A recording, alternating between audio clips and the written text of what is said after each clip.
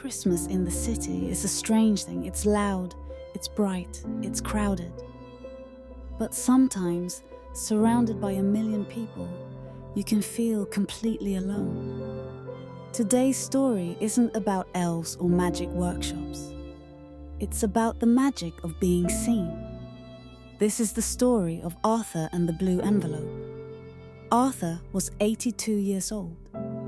He lived in a small apartment on the 4th floor of a brick building that smelled faintly of boiled cabbage and old carpet.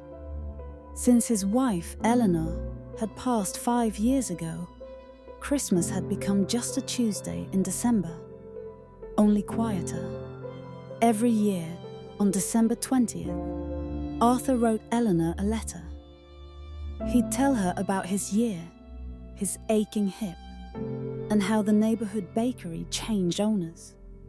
He'd put it in a distinct powder blue envelope, her favorite color, seal it, and then he'd put it in his desk drawer with the others. It was just a ritual, a way to talk to her. But this year, Arthur was frazzled. He was rushing to mail his electric bill during a snowstorm. He grabbed the mail on his table, trudged to the corner mailbox, and dropped it all in. He didn't realize until he got home that the blue envelope was gone. Meet Maya. Maya was 24, working double shifts at the post office to pay off student loans. She was tired, cynical, and frankly sick of Christmas cards. The blue envelope ended up in the dead letter bin. No stamp, no return address. Just to my Eleanor, Northwood Cemetery, written in shaky handwriting. Post office protocol said to shred it.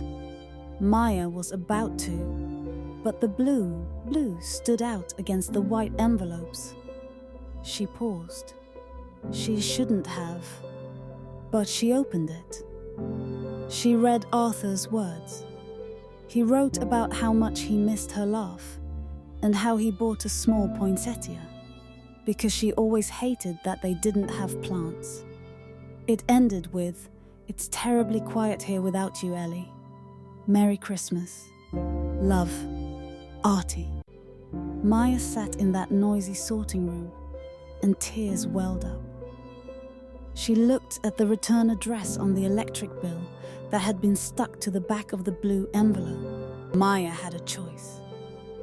Follow protocol or do something crazy.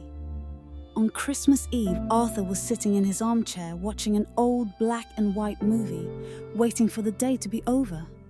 He wasn't expecting anyone. He buzzed them in. A few minutes later, there was a knock at his door. He opened it to find a young woman in a postal uniform looking incredibly nervous. She was holding a small, beautifully wrapped box and the blue envelope. "Mr. Arthur," she said, "I think this got lost in the mail. I wanted to make sure it made it home." Arthur stared at the envelope, then he looked at Maya. He saw the tiredness in her eyes, but also a profound kindness. "And," Maya added, holding out the small box, "Eleanor, someone wanted you to have this." Arthur opened the box. Inside was a ceramic bluebird ornament. Maya had no idea if Eleanor liked birds. She just knew Arthur needed a win. Arthur didn't invite her in. That would be too much for an old man set in his ways. But he looked her in the eye, and for the first time in 5 years, he genuinely smiled. A real smile that reached his eyes. "Thank you," he whispered. She would have loved it. Maya walked back into the snowy city, feeling lighter than she had in years. Arthur put the bluebird on his tiny tabletop tree. The apartment didn't feel quite so quiet anymore. Sometimes the best gifts don't come from a store. They come from a stranger deciding to care. Thanks for watching. Kindly, Hit that subscribe button to get the first update about new videos.